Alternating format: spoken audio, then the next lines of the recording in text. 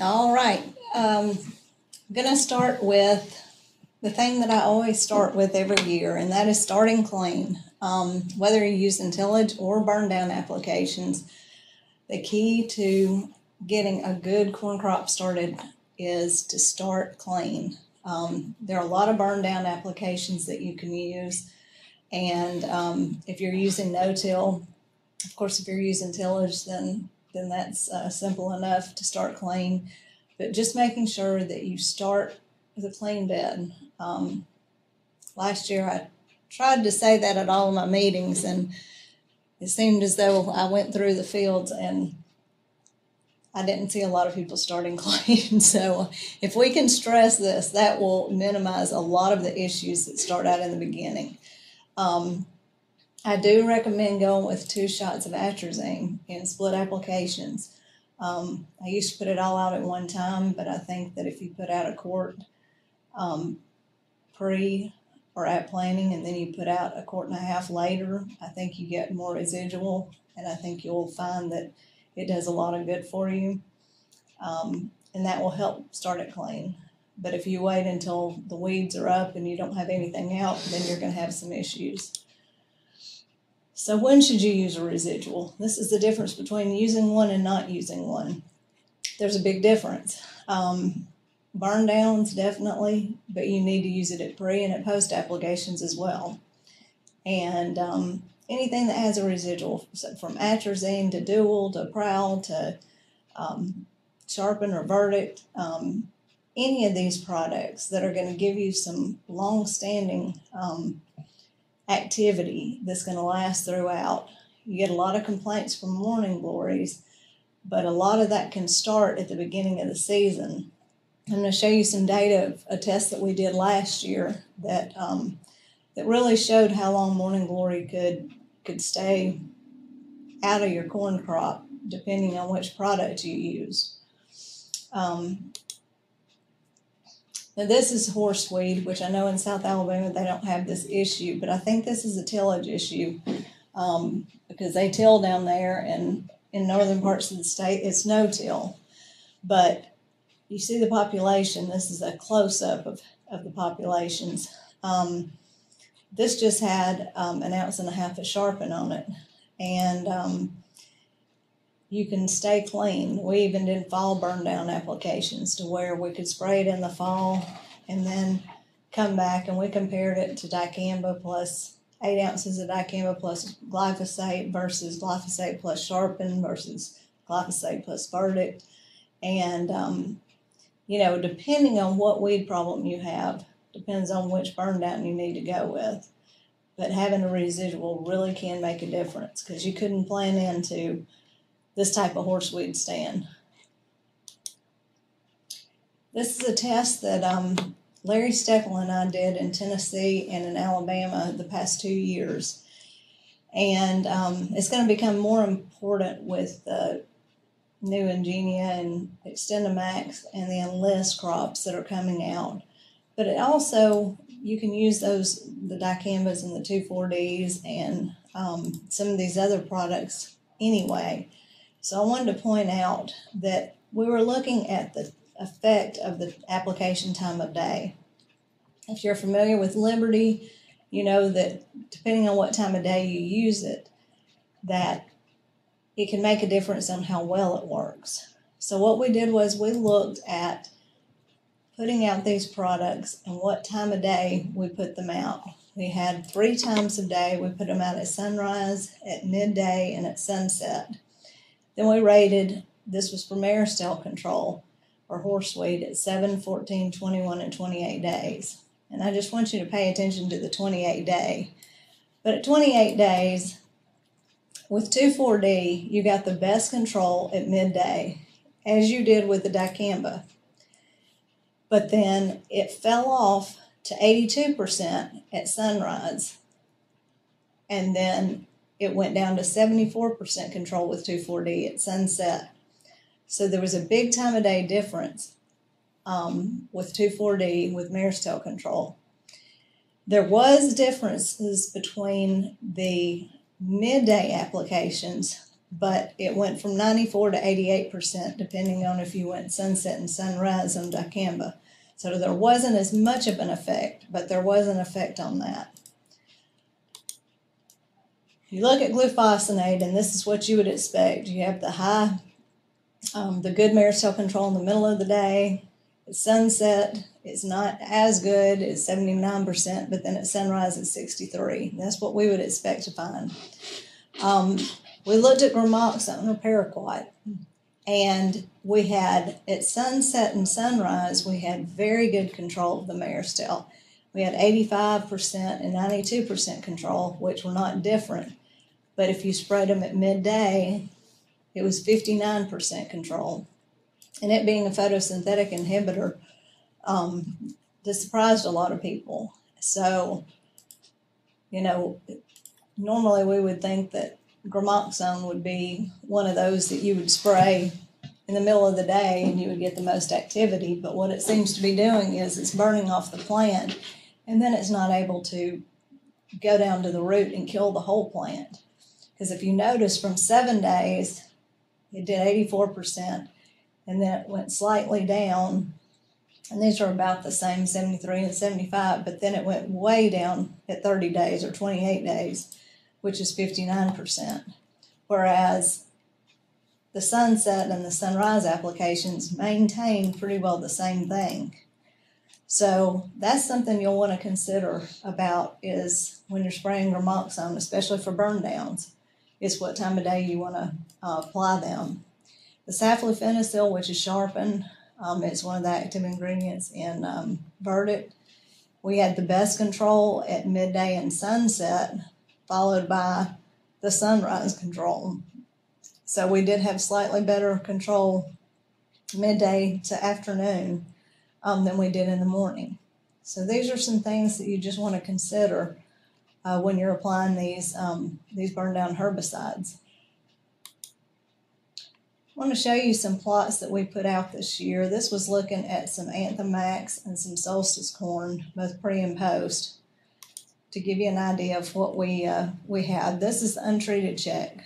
And we spray, if you see the flags, that's where we sprayed the middles of it. So we only sprayed the 2 center rows. This is 94 days after the post application. So we had Anthem Max plus atrazine followed by Roundup. You see there's still a lot of Morning Glory in here. As I said, I like to have 2 shots of atrazine, but this is how we did this one. This is all in the same field though. So this is the Anthem Max at a slightly lower rate at 2.5 ounces, followed by Solstice plus atrazine plus Roundup. And it cleaned it up a lot better than the other did. This is the Anthem Max followed by Solstice plus atrazine and Roundup plus crop oil. So it did a good job. And you see it's drying down, so this is late in the season.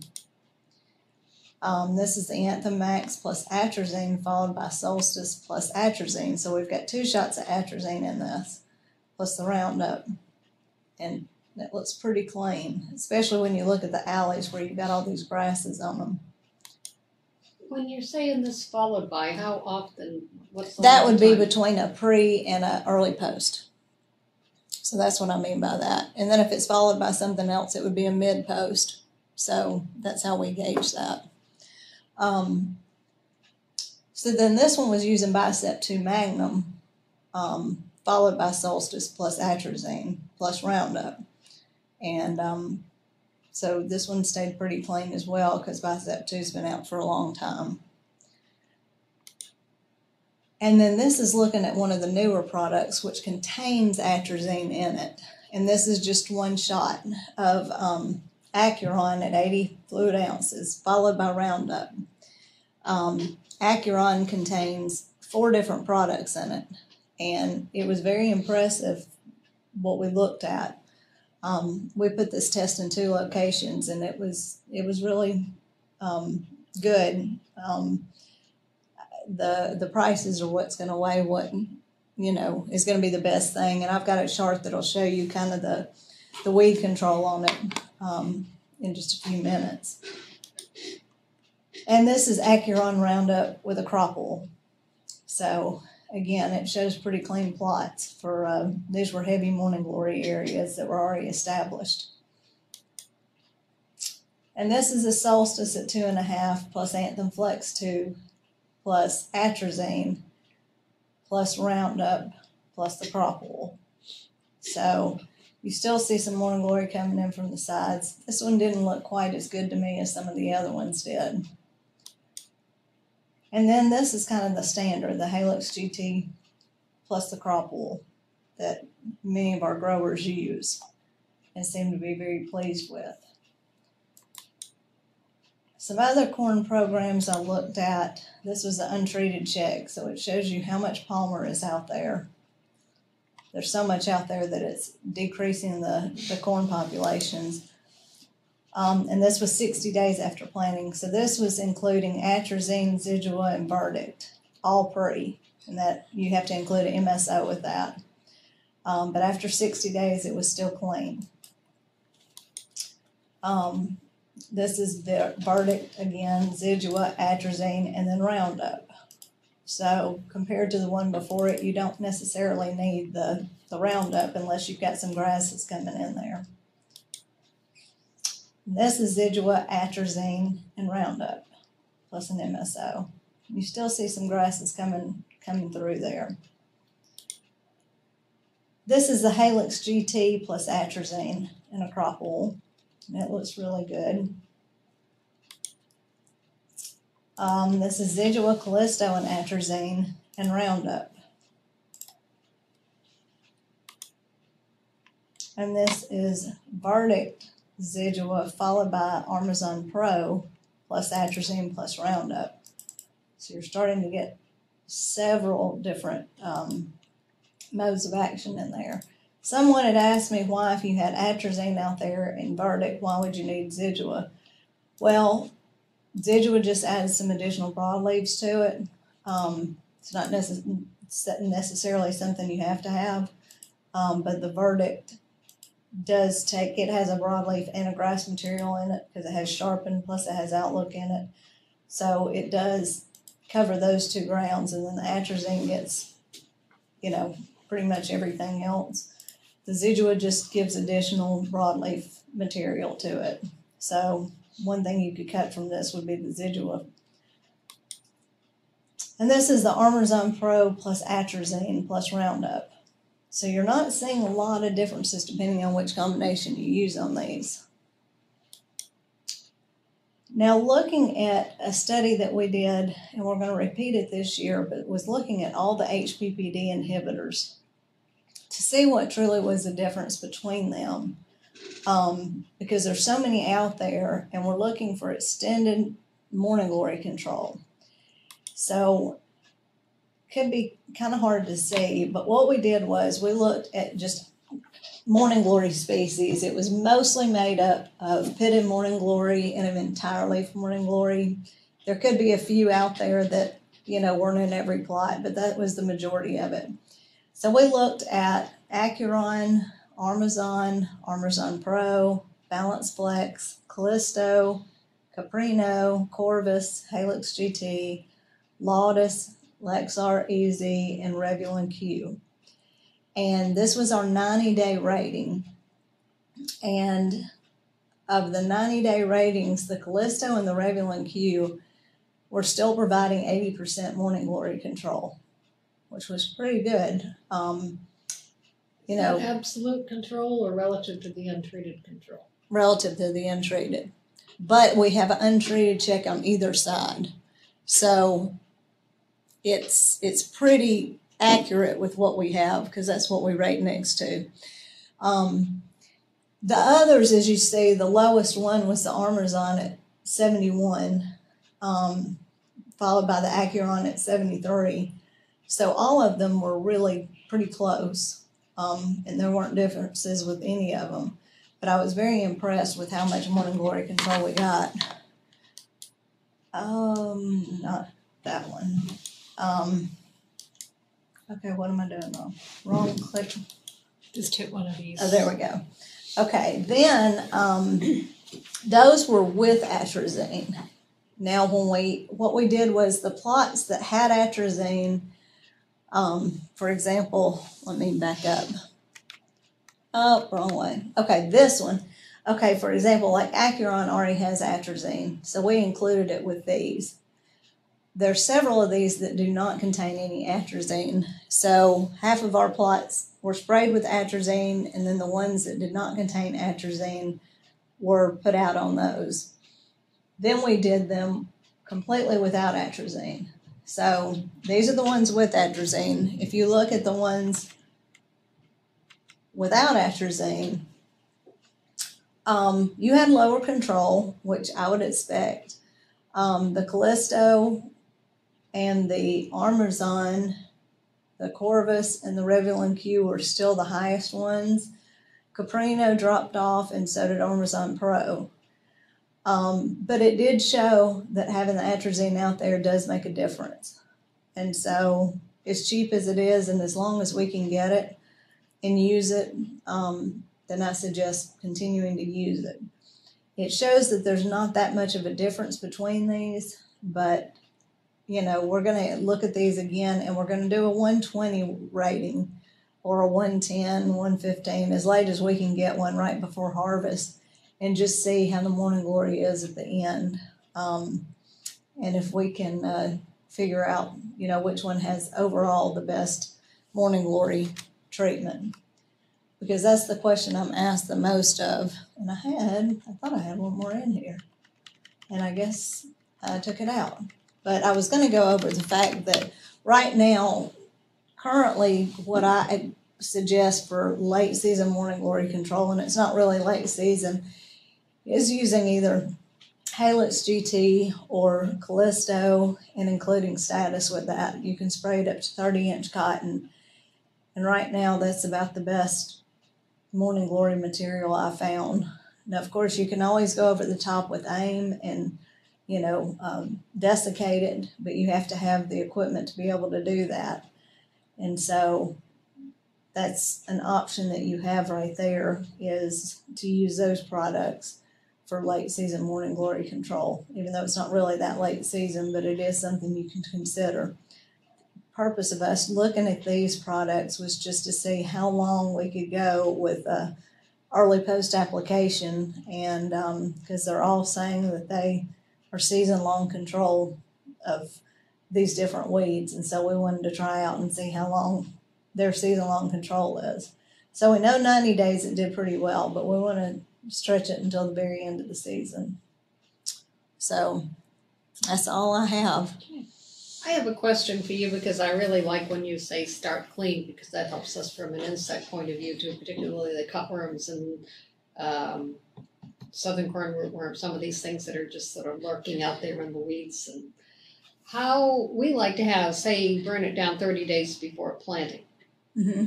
Is that too early in terms of you?